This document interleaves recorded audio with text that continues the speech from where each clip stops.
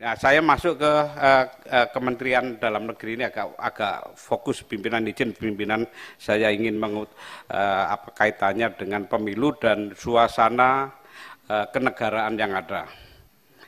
Ini kaitannya dengan PJ Kepala Daerah. Ini kalau kita tarik ke depan 2024, hampir lebih dari 50% daerah itu dijabat oleh PJ, baik bupati, wali kota maupun gubernur. Ini kalau bahasanya Pak Tito, ini berpotensi mencipta krisis. Cipta krisis. Karena apa?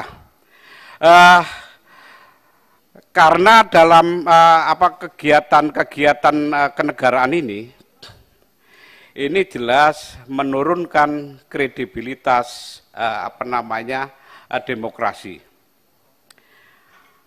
Umpamanya kaitannya dengan pemilu yang netral. Para PJ ini adalah para ASN, itu pasti.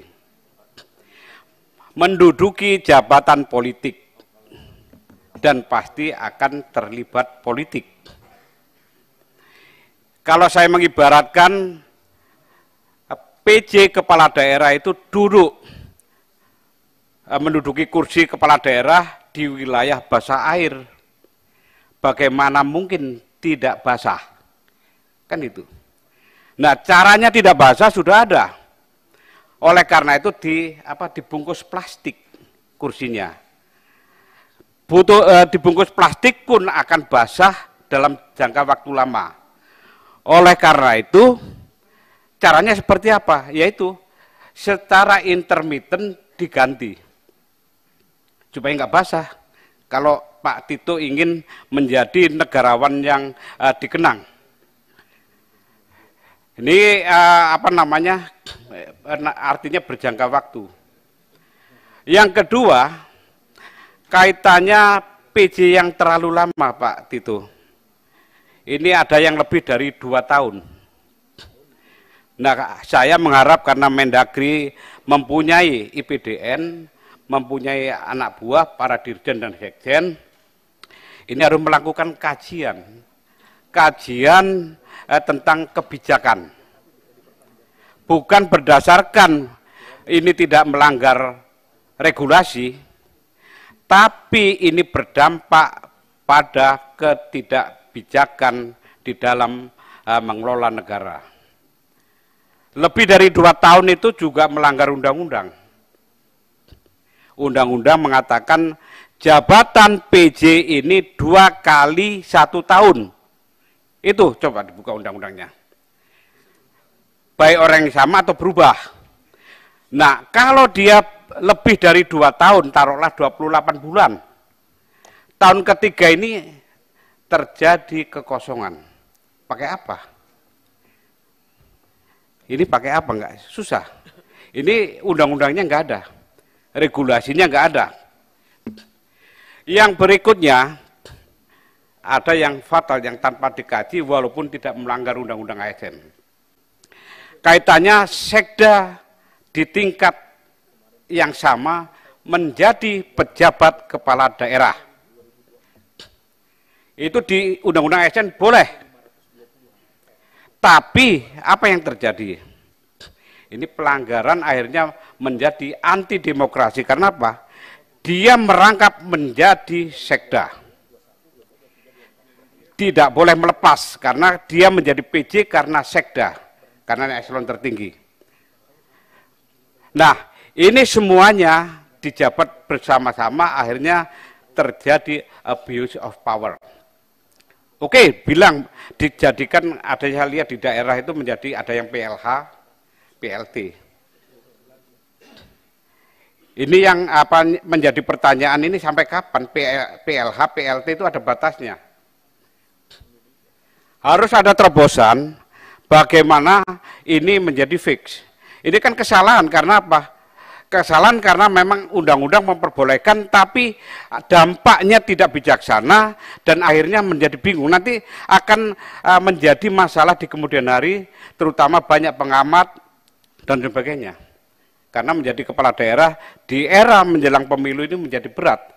Dia tidak sekedar menjalankan anggaran saja, tapi bagaimana dia meningkatkan kinerja pemerintah supaya apa?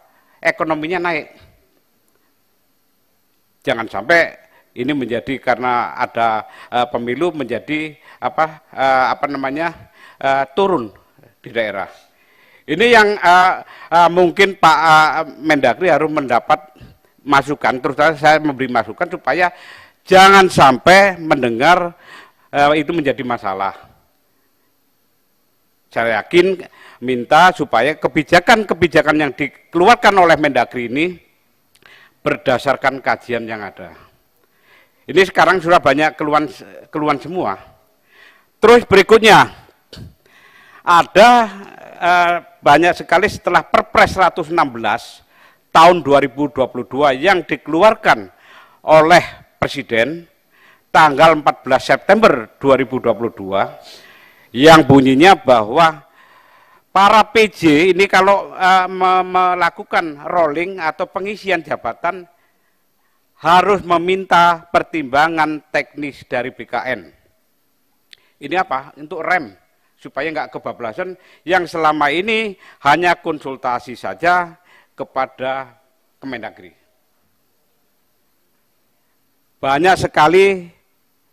Pasti banyak sekali yang melanggar. Saya nggak tahu apakah Pak Mendagri, Pak Tito merasakan atau tidak di daerah setelah 14 September. Kalau di daerah saya di Kabupaten Tulang Bawang Barat itu terjadi, dia alasannya sudah mendapat rekomendasi dari Kemendagri, tapi tidak mendapat pertimbangan teknis dari BKN.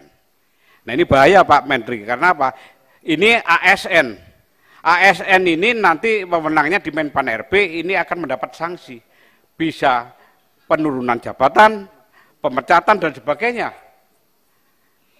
Ini. Pak Hendro, ya. izin Pak Hendro. Boleh nggak kita balik lagi ke tema itu? Ya ini kaitannya dengan pemilu Pak, nanti akhirnya kan nyinggung. Bukan, saya ngerasa itu penting. Ya. Itu, Oke, itu sedikit juga lagi saya Pak, mau sedikit. tanya itu gitu. Jadi kalau nanti kita masukin itu di sini nggak masuk dalam kesimpulan, sayang yang disampaikan Pak Hendro. Jadi nanti kita cari waktu saja khusus buat itu. Makasih. Oke, sedikit.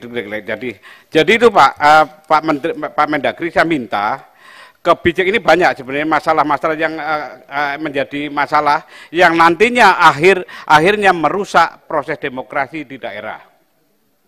Kenapa? Ini menjadi rawan, menjadi kegaduhan, menjadi cipta krisis. Jangan sampai kekuasaan ini anti demokrasi di bawah kendali satu orang atau karena dia monolit. Mungkin itu aja. Dan yang terakhir kaitannya dengan Dukcapil. Ini Pak Zudan, Pak Dirjen TikToknya memang cepat merespon kaitannya tadi WNA tadi. Hanya yang perlu saya sampaikan, tadi yang kaitannya banyak WNA yang ber-EKTP walaupun biru akhirnya diganti dengan oranye Pak ya.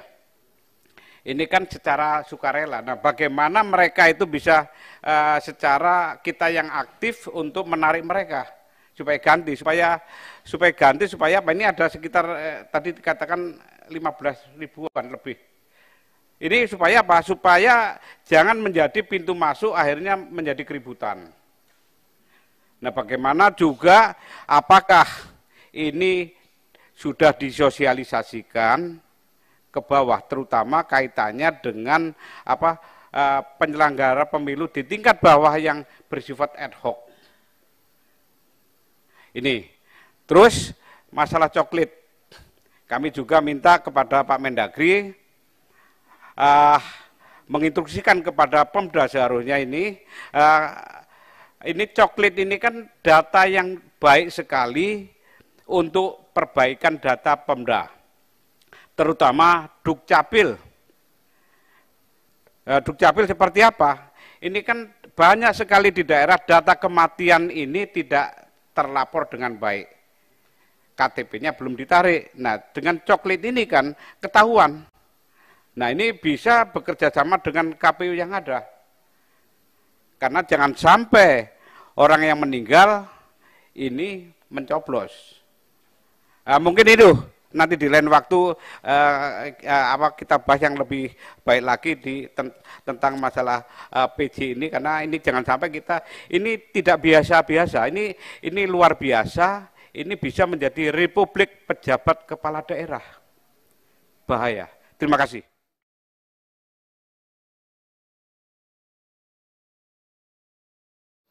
Pak Mendagri. Baik, Pak. Terima kasih. Pimpinan dan segenap anggota Komisi yang saya muliakan, Bapak sekalian, kami langsung ke beberapa pertanyaan yang langsung berkaitan dengan Kemendagri. Dari Pak Junimat nih, saya izin ambil alih Pak, biar cepat daripada langsung ke Dirjen Dukcapil. Jadi untuk penguatan data center, yang data yang kita berikan dari 4 potensial itu sudah mencakup yang akan 17 tahun pada 14 Februari yang jumlahnya 204 juta itu. Ini datanya sudah kita berikan putus nih. Nah, namun nanti tetap akan bergerak karena nanti kan ada yang wafat, ya, ada yang pindah, sehingga kita memberikan akses kepada KPU juga untuk melakukan verifikasi nantinya sambil berjalan. Namun untuk penguatan data center yang penting, kita sedang berusaha memperkuat, sedang berjalan memperkuat data center. Pertama adalah dengan kerjasama dengan BSSN, minta dukungan BSSN, karena terutama masalah sistem pengamanannya. Kemudian juga dengan BRIN, kemudian juga memperkuat dengan pinjaman luar negeri, karena sudah dapat pinjaman luar negeri Pak itu Pak. Kemudian terakhirlah kita sebenarnya mengajukan PNBP, ini yang tolong dibantu Pak, PNBP, karena data yang digunakan swasta sebetulnya itu bisa berpotensi untuk mereka dengan keuntungan mereka, diambil dari keuntungan mereka dengan percepatan verifikasi melalui facial recognition, fingerprints, lain-lain daripada manual. Sebetulnya kita negara bisa membebankan kepada mereka untuk membayar kepada negara per transaksi, dan kita sudah hitung itu bisa di atas 1 triliun, tapi tidak membebankan kepada rakyat. Kalau narik kepada rakyat ya kita tentu berkeberatan, tapi dari keuntungan perusahaan komersial itu, bank misalnya, dan kemudian uangnya masuk ke negara, sebagian diberi kembalikan kepada Dukcapil, sehingga tidak menjadi beban APBN. Ini seperti yang di Korlantas dan lain-lain. Dan ini dengan PNBP ini kita bisa merawat dan memperkuat sistem tanpa harus meminta terus seperti contoh kasus belangko EKTP. Belangko EKTP, mohon maaf dan segala hormat, diberikan anggaran tidak mencukupi sampai akhir tahun. Dan memang datanya juga bergerak. Seperti sekarang ini kita ada 4 DOB, itu nama provinsinya Papua Barat Daya itu sekian juta, sekian ratus ribu rakyat yang ada di sana, semua KTP-nya semua akan berubah. Dari tadinya Provinsi Papua Barat menjadi Provinsi Papua Barat Daya saja berubah. Sekian. Dan itu menyangkut dokumen-dokumen lain. Apalagi 4 provinsi. Sehingga asumsi anggaran kita awal tahun berubah juga. Dan itu tidak bisa serta-merta kemudian kita mendapatkan anggaran itu salah satu hambatannya.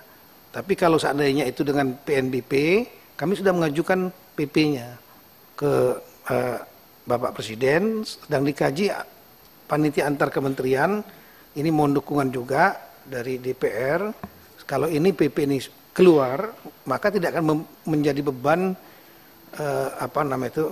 APBN, justru bisa mandiri. Kemudian KTP memang betul setiap warga negara, setiap penduduk yang ada di negara kita harus kita data. Kalau enggak kita data, kita akan kerepotan. Kita harus tahu jumlah yang tinggal di Indonesia dan mana yang WNI. Beda. Dan kita aspeknya kepentingan berapa jumlah penduduk yang ada di Indonesia itu sangat penting untuk berbagai aspek, termasuk aspek ekonomi dan lain. Maka untuk WNA juga diterbitkan kartu tanda penduduk. Sama kalau kita keluar negeri juga sama. Di Singapura diberikan nanti kartu identity, tapi beda warnanya dengan yang warga negara Singapura. Nah, itu adalah untuk lintas dan untuk semua transaksi kita menggunakan itu semua juga. Sama di sini kita memberikan kartu tanda penduduk, tapi bukan kartu tanda warga negara. Kartu tanda penduduk yang WNI dan WNA dibedakan. Dan tentu yang WNA tidak memiliki hak pilih, jelas undang-undang.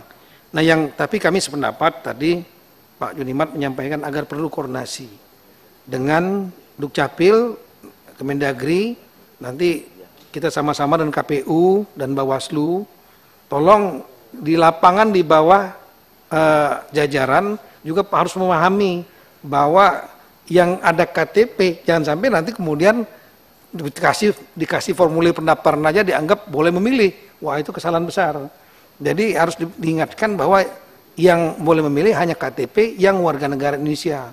Warga negara asing tidak boleh, nggak boleh. Nah, ini harus sosialisasi. Kami sependapat dengan Pak. Jadi perlunya sosialisasi ini. Dan tadi Pak Syamsul menyampaikan mengenai pegawai honorer, KPU Bawaslu sebaiknya. Sebentar Pak Menteri. Saya lebih konsen ke masalah penguatan data center itu, Pak. Iya. Karena kan pengalaman kita 2021 itu pernah down. Iya. Down 2 hari. Iya. Nah, yang kita khawatirkan ya jauh-jauh ya. Kalau ini terjadi pada tanggal 14 Februari, Pak. Iya. Oleh karena itu, bagaimana caranya ya kita melakukan penguatan, pengamanan data center serta pengamanan datanya, Pak. Ini yang perlu. Apakah cukup? Maka tadi saya bilang ada Dirjen Dukcapil. Apakah cukup dengan kalau ada alat namanya di sana atau apapun istilahnya, apakah cukup satu atau perlu backup, Pak? Ketika down, ini bisa berfungsi otomatis dia, Pak. Kayak lampu, kita punya generator di rumah, ini mati, ini langsung, Pak. Itu maksud saya, Pak Menteri. Gitu ya, kalau gitu Pak Judan menyampaikan teknis mengenai sedikit saja, Pak, mengenai sistem backupnya, Pak. Siap, terima kasih Bapak Menteri.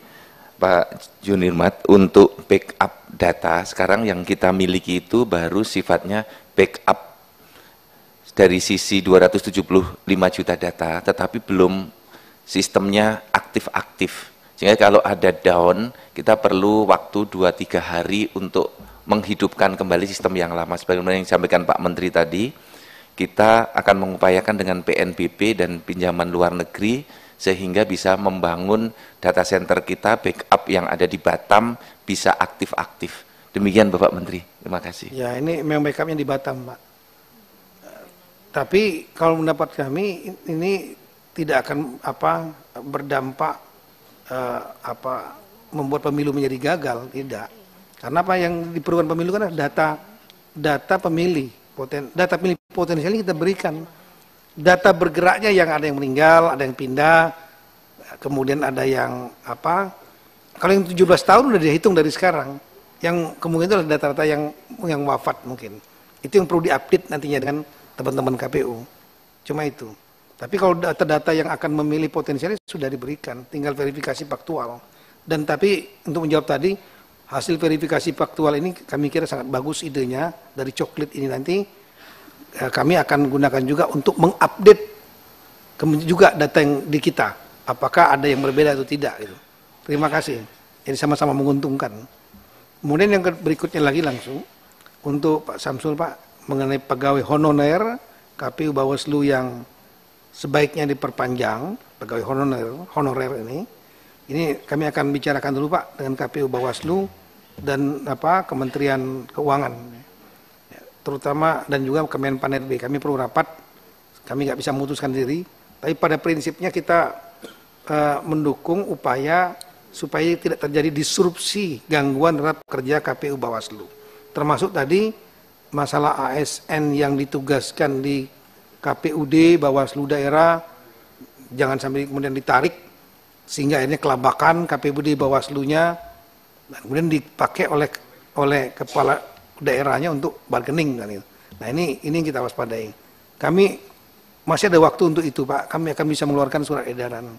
Nah tadi surat edaran tadi, kenapa yang baru kita berikan surat edaran adalah ASN yang di daerah terpencil, terluar, terdepan untuk jajaran KPU. Karena KPU yang sudah membuat surat kami permintaannya Pak. Jadi ada surat permintaan resmi dari KPU. Dan itu tidak melanggar Undang-Undang nomor 23 tahun 2014. Dalam pasal 73 Pak ya. Pasal 73 itu jelaskan tentang kriterianya. Di situ disebutkan ASN tidak dilarang. Tapi tentunya kita prioritaskan ke daerah-daerah yang betul-betul tidak ada calon lain selain ASN. Dan fakta di lapangan, fakta di lapangan ya, kalau mungkin tadi Pak Toha menjelaskan kerawanan untuk dipolitisasi, dimanfaatkan, ya itu bisa sangat terjadi. Tapi ya beliau kan 7 kali di Jawa gitu. Sementara kita yang pernah dinas daerah terpencil, kami 2 tahun di Papua, paham betul di daerah-daerah di gunung-gunung itu yang petugas PPS, PPK yang punya kualitas memenuhi syarat itu sangat kurang sekali. Yang ada ya tadi guru di sana, ya, kemudian tenaga kesehatan, ya mereka yang dimanfaatkan. Dan faktanya memang dari zaman dulu ya, Pak Difriadi sudah sampaikan sudah di daerah seperti itu sudah dilaksanakan gitu. Nah kemudian Pak Gaus tadi Pak Gus Pardi, untuk pengadaan kantor, gudang di daerah-daerah lain-lain, ini memang ini kaitannya dengan anggaran tadi yang disampaikan Ibu Dian. Bapak Presiden menyampaikan anggaran agar di tengah situasi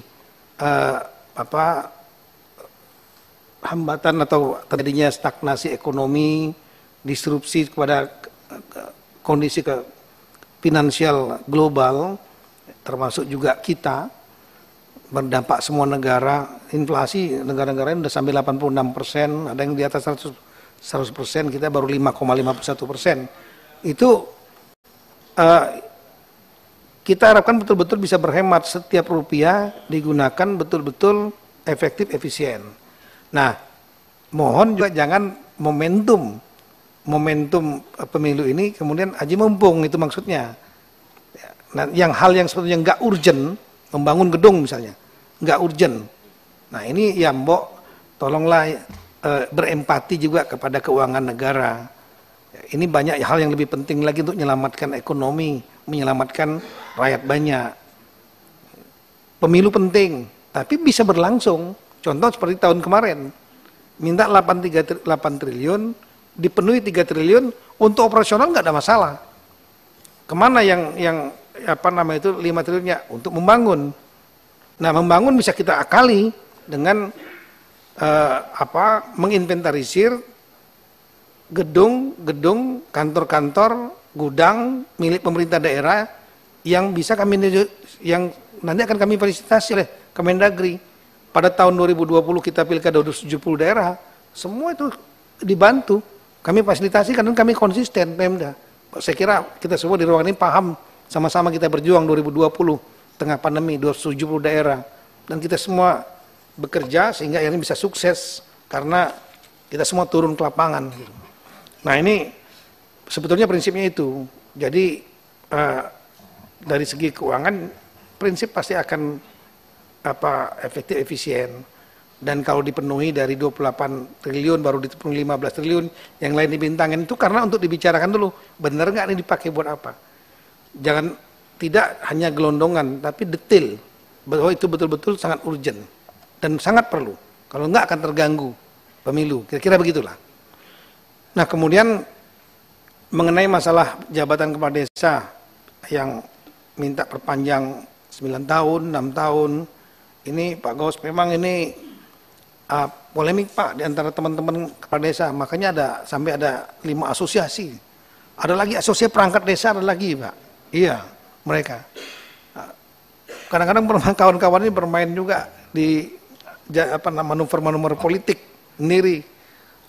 Nah ini kita melihat bahwa ada kelebihan dan kekurangannya. Ada yang meminta supaya tidak terjadi moratorium pilkada serentak kepala desa. Tujuan kita sebetulnya kalau ada moratorium, kita ingin fokus pada pemilu. Sehingga tidak ada lagi gejolak-gejolak, apalagi pilkades yang mendekati pemilu, agenda yang nasional, ya, pimpinan nasional, legislatif nasional, daerah ini penting sekali. Bukan berarti pilkades nggak penting, tapi sepertinya ini dampaknya kan luas sekali masalah pemilihan pimpinan nasional dan lain-lain. Kita mau fokus sana, jangan sampai terjadi gejolak-gejolak akibat pilkades yang ada di daerah-daerah.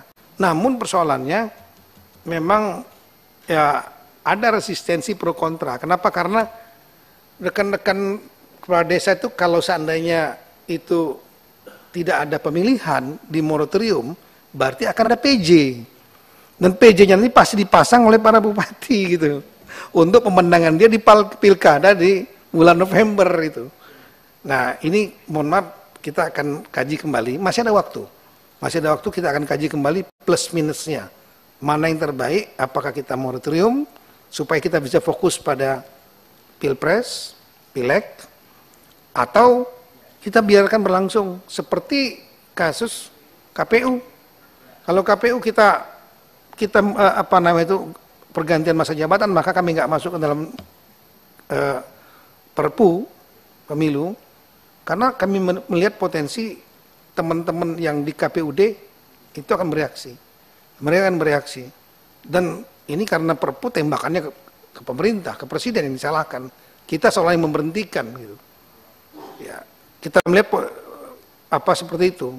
Nah, sehingga akhirnya ya poin untuk untuk pemberhentian masa jabatan dan serentak itu kita serahkan kembali kepada KPU untuk sampai habis masa jabatan diganti, dan KPU ya mohon betul-betul dipersiapkan seleksi yang tepat, ya, yang terukur supaya begitu habis masa jabatan langsung diisi, jangan sampai terjadi kevakuman. Ya ini memerlukan kecerdasan dari Pak Asif dan teman-teman ini.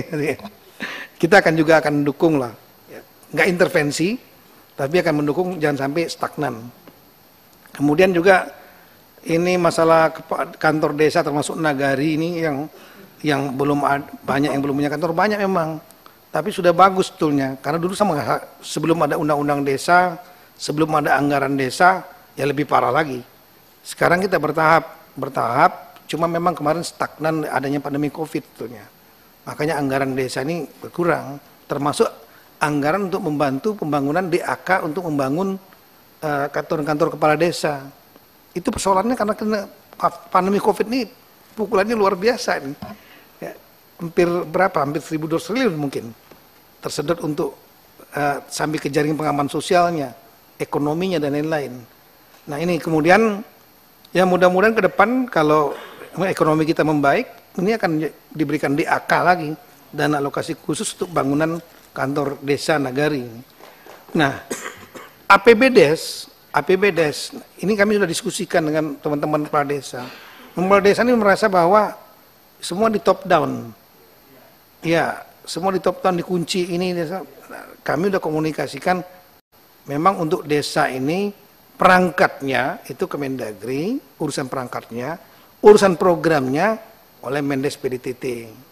Nah ini kami sudah sampaikan Pak Mendes PDTT agar diberi ruang kepada daerah-daerah juga untuk bisa mereka bebas menentukan kepentingannya, karena mereka yang tahu setiap daerah beda tantangannya, karakteristiknya beda-beda juga. Nah ini mohon juga bila perlu nanti suatu saat mungkin dibuat raker khusus mengenai desa ini bersama Mendes PDTT, kita bersama-sama sehingga ada kesepakatan seperti itu. Harus berikan ruang. Kalau kemarin memang waktu pandemi itu memang ada dipotong 30% untuk pandemi dan lain-lain. Nah sekarang pandeminya sudah mereda, terkendali, PPKM juga sudah nggak ada. Kita beri ruang mereka sebetulnya untuk berinisiatif berinovasi untuk secara bottom up mengatur APBDes-nya berdasarkan musyawarah desa. Nah kemudian, mohon maaf, kami lanjutkan dikit lagi. Tadi mohon maaf Pak Wahyu, ini Dirjen Pemdes, Pak Eko yang masih baru Pak. Setahu saya waktu di jabatan sebelumnya bagus. Tapi kalau pandangan dari Pak Wahyu kurang bagus, nggak hafal jumlah desa, ya mungkin karena masih baru. Tapi ya acara ini pasti membuat teguran bagi yang bersangkutan, dan saya juga nanti akan sampaikan. Ya, ini kami kan akan evaluasi juga Pak, staf-staf kita ini Pak. Kemudian mengoptimalkan inspektorat, saya sependapat, daripada ini terutama ini tentunya dari jajaran KPU, Bawaslu, memperkuat aparat pengawas internal masing-masing. Daripada nanti kesalahannya ditemukan oleh penegak hukum eksternal, lebih baik ditemukan internal, sehingga bisa diselesaikan dan kemudian tidak terjadi kerugian negara, tidak menjadi masalah hukum gitu. Saya sependapat ini, dan saya mendukung KPU Bawaslu melakukan itu. Kalau di KPP masuk bagian Kemendagri, jadi kami inspektorat kami yang melakukan pendalaman. Kemudian yang Pak lanjut ini Pak OH, ASN yang di daerah terpencil, terluar, terdepan tadi sudah kami sampaikan Pak. Mohon maaf Pak. Ya, tadi sudah sampaikan Pak Divriadi juga.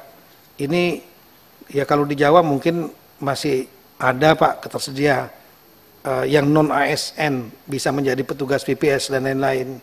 Tapi kalau di daerah terpencil, di pulau-pulau Pak, apalagi saya pernah di Papua Pak, 2 tahun ini, beliau ini 2 tahun, bertahun-tahun di Papua. Nyari petugas CPS itu susah sekali Pak, di sana yang memenuhi kriteria. Yang ada ya guru di sana, ada petugas kesehatan, itu yang mereka ya lumayan lah mampu. Nah ya otomatis mereka lah yang kerja, dan itu sudah berlangsung bertahun-tahun. Jadi ini memang harus selektif sekali. Di tempat yang memang tersedia warga yang bukan ASN untuk menjadi petugas TPS, PPK dan lain-lain, ya ini upayakan mereka duluan supaya netralitas. Tapi ketika tidak ada lagi stoknya, ya apa boleh buat. ASN, dan itu tidak melanggar undang-undang pemilu. Pasal 73 itu tidak melarang juga. ASN ada persyaratan lain tidak disebutkan di sana. Tapi ya kita berdasarkan ini aja, etika aja, bahwa ini rawan kalau nanti dipakai dan lain-lain, sehingga memang daerah terpencil, terluar, dan terdepan. 3 itu aja kriterianya. Kemudian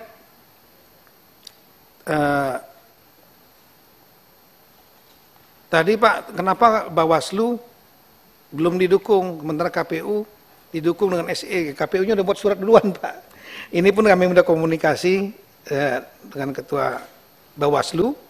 Beliau juga akan segera ngirim surat juga meminta agar kami mengeluarkan surat edaran kepada kepala daerah di daerah-daerah yang sama, terpencil, terluar, terdepan, agar ASN-nya bisa dimanfaatkan untuk menjadi petugas pengawas pemilu di tempat tersebut.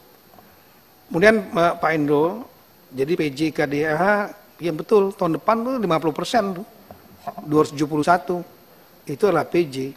Tapi yang kita lakukan adalah amanat undang-undang, kita melaksanakan amanat undang-undang dari konsekuensi dari pilkada serentak. Di rapat sebelumnya kami sudah sampaikan, undang-undang itu mengatur mengenai kewenangan yang menunjuk PJ. Adanya PJ, persyaratan PJ, Madya maupun Pratama, Gubernur, Madya, Pratama itu adalah Bupati Wali Kota. Yang menunjuk adalah Presiden untuk Gubernur. Bupati Wali Kota, Mendagri, itu pun kita rombah. Semua melalui permintaan DPRD, nama DPRD, sidang pra-TPA, dan sidang TPA oleh Bapak Presiden. Dan ya kita membuat terobosan sebetulnya yang lebih terbuka dan lebih transparan, dan banyak sekali calon-calon yang dari usulan DPR juga masuk. Jadi ya yang kami pernah sampaikan, kenapa pada waktu buat undang-undang ini nggak dibuat aturan mekanisme spesifik atau ada perintah lah buat PP kayak buat apa, nggak ada perintah sama sekali. Jadi mungkin nggak terpikir juga saat itu karena ada hal yang lebih besar mungkin. Nah sehingga sampai saat ini kita kaji per 3 bulan dan kami sudah sampaikan mengenai PJ ini karena dia ditunjuk oleh pemerintah pusat, maka mari Komisi 2 sama-sama awasi. Mana-mana yang tidak efektif berikan masukan pada kita. Kalau yang mungkin dianggap wah ini sangat tidak netral sekali, memihak kepada partai tertentu misalnya calon tertentu, kami sudah tawarkan undang yang bersangkutan melalui kami. Kami akan hadirkan biar kita dengar dengan bukti-bukti yang ada, sampaikan. Kami juga nggak masalah. Ya, karena salah satu mitranya, pengawasnya itu bukan hanya di PRD setempat, tapi juga Komisi 2 DPR melalui Mendagri. Kami siap menghadirkan. Nah, kemudian berikut mengenai masalah ASN sudah, anggaran sudah. Nah ini tadi masalah dari Pak Agung tadi, yang ada kartu tanda pengenal hewan. Anjing, ternyata ada juga yang kucing, Pak, segala macam, Pak. Iya. Burung juga ada juga, Pak. Ada kartu tanda pengenal. Ya memang kadang-kadang komunitas-komunitas ini, penyayang-penyayang binatang ini, mereka juga membuat semacam kartu pengenal, bahkan mohon maaf, kita semua saya kira tahu di luar negeri juga, sampai ada sertifikat, Pak, ya. Sertifikat ini yang isinya keturunan-keturunannya itu sampai bapaknya mana, ibunya mana, ditris segala macam. Ada yang anjing keturunan Scotland, kemudian didatangin nanti oleh si anjing yang pemilik anjingnya ada di sini, datangin untuk ketemu kakeknya, neneknya sana. Iya. Nah ini komunitas-komunitas seperti itu terjadi fenomena seperti itu. Nah yang tidak boleh adalah kalau mereka menggunakan lambang-lambang negara. Kenapa? Karena ada Undang-Undang Nomor 24 2009 tentang bendera, bahasa, lambang negara, dan lagu kebangsaan. Nah jadi kalau dia menggunakan lambang Garuda, nggak boleh. Tadi saya sudah sampaikan kepada Pak Zudan, tolong dicek ini nanti sama Pak Dirjen Polpum, dicek kartu tanda pengenal ini ada nggak yang menggunakan Garuda segala lambang negara. Nah, tolong sampaikan secara persuasif itu agar jangan digunakan itu, karena ini melanggar nanti bisa jadi pidana, supaya mereka menggantinya. Ya, jangan menggunakan itu. Tapi kalau menggunakan lambang, tetap menggunakan lambang itu, ya bisa dipidana, kita laporkan ke Polri nantinya. Kemudian yang terakhir mengenai PJ, dasar hukum PJ itu sebenarnya kita bahas cukup panjang beberapa waktu yang lalu. Dan sekarang juga ada di Petun juga digugat, kita sedang hadapin juga. Tapi ini memerlukan waktu khusus saya kira. Saya sependapat dengan Pak Doli, kita bahas spesifik kalau memang mengenai masalah PJ ini, Pak. Banyak sekali kepentingan, Pak. Mohon maaf dengan segala macam. Tadi Bapak nyampaikan kalbar, saya tahu maksudnya itu. Iya, tarik-menarik antara gubernur, DPRD, tokoh-tokoh, Pak Cornelius tahu juga. Ini, ya... Saya nggak mengatakan Pak Cornelius ikut, tapi Pak Cornelius sebagai mantan gubernur dan tokoh sana ngerti gitu. Ya, ini saya paham ini. Kemudian Pak Arsa tadi menyampaikan agar PNS yang ada di Bawaslu, di Panwaslu, tolong jangan ditarik dulu oleh Pemda. Ini kami pertimbangkan, Pak, kami akan segera kaji, masih ada waktu kaji. Prinsipnya jangan sampai Bawaslu dan Panwaslu ataupun KPUD di sana menjadi terganggu gara-gara ditarik-tarik dan ditaruh buat bargaining dan ditaruh orang untuk kemenangan dan lain-lain. Kita berusaha untuk itu. Nah yang terakhir tadi saya kira mengenai dapil tadi sebaiknya tetap tidak berubah.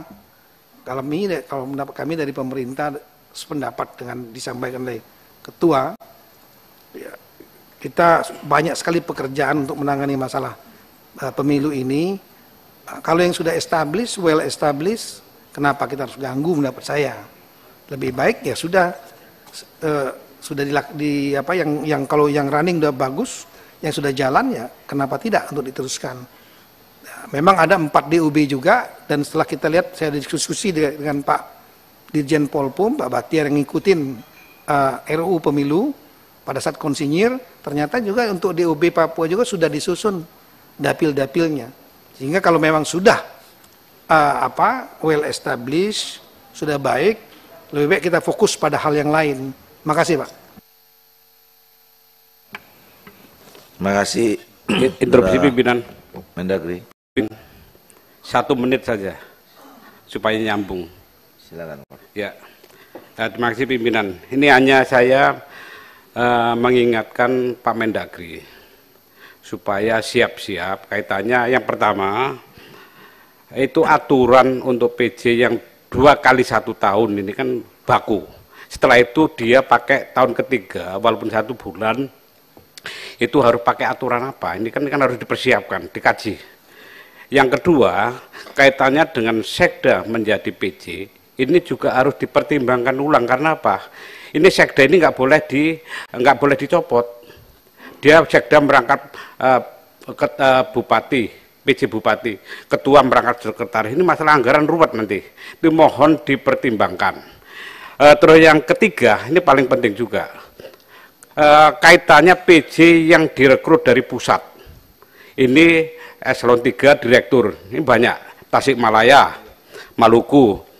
Ini sangat-sangat berbahaya di dalam situasi demokrasi di mana daerah sudah mulai menuntut.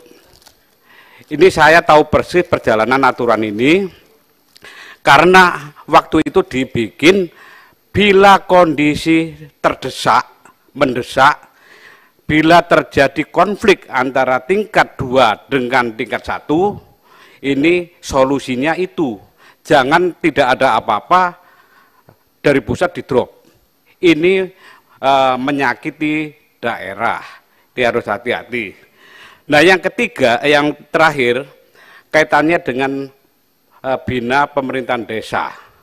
Ini cukup bagus. Saya sudah ngomong dengan Menpan RB, ini harus ada vertikal di daerah dikuatkan. Balai pemerintahan desa yang UPT di daerah itu ditingkatkan eselonnya, desain organisasinya. Di Lampung itu mewakili Sumatera, eselonnya cuma 3, pegawainya berapa? Suruh mendampingi pemerintahan desa di seluruh Sumatera, mana bisa. Akhirnya tidak ada pendampingan, yang jalan Kementerian Desa. Ini tolong, saya sudah ngomong dengan Menpan RB Pak, desain organisasi, ini ditingkatkan. Di Sumatera mewakili itu di Lampung, beda dengan balai yang ada di Malang maupun di Jogja, di eselon 2. Itu aja. Ya. Terima kasih. Pimpinan, enggak sampai 1 menit. Izin pimpinan.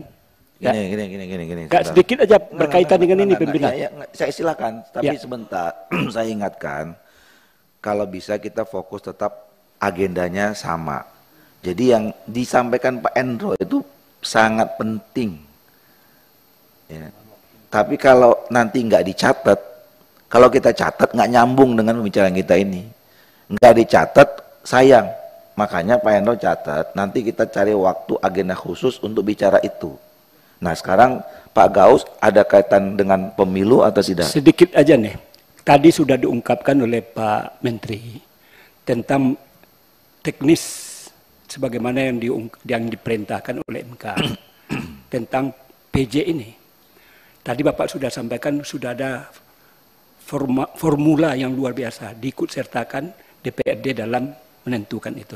Apakah sudah ada aturan teknis yang berkaitan dengan itu? Itu aja pimpinan. Terima kasih. Ya nanti dijawabnya. Kita buat agenda khusus, ya Pak. Ya. Karena dijawab sekarang juga nggak ada dalam kesimpulan, percuma Pak. Mau dimasukin kesimpulan nggak nyambung. Gitu. Maaf Pak Pimpinan, Saya juga kalau menjawabnya mungkin nggak bisa 1 menit, Pak. Betul. Karena ini menyangkut landasan hukum cukup banyak, Iya. peraturan cukup banyak. Iya. Jadi perlu waktu khusus, makasih. Ya, nanti kita cari waktu, tolong sekretariat diagendakan cari waktu khusus bicara tentang tentang pejabat-pejabat tuh.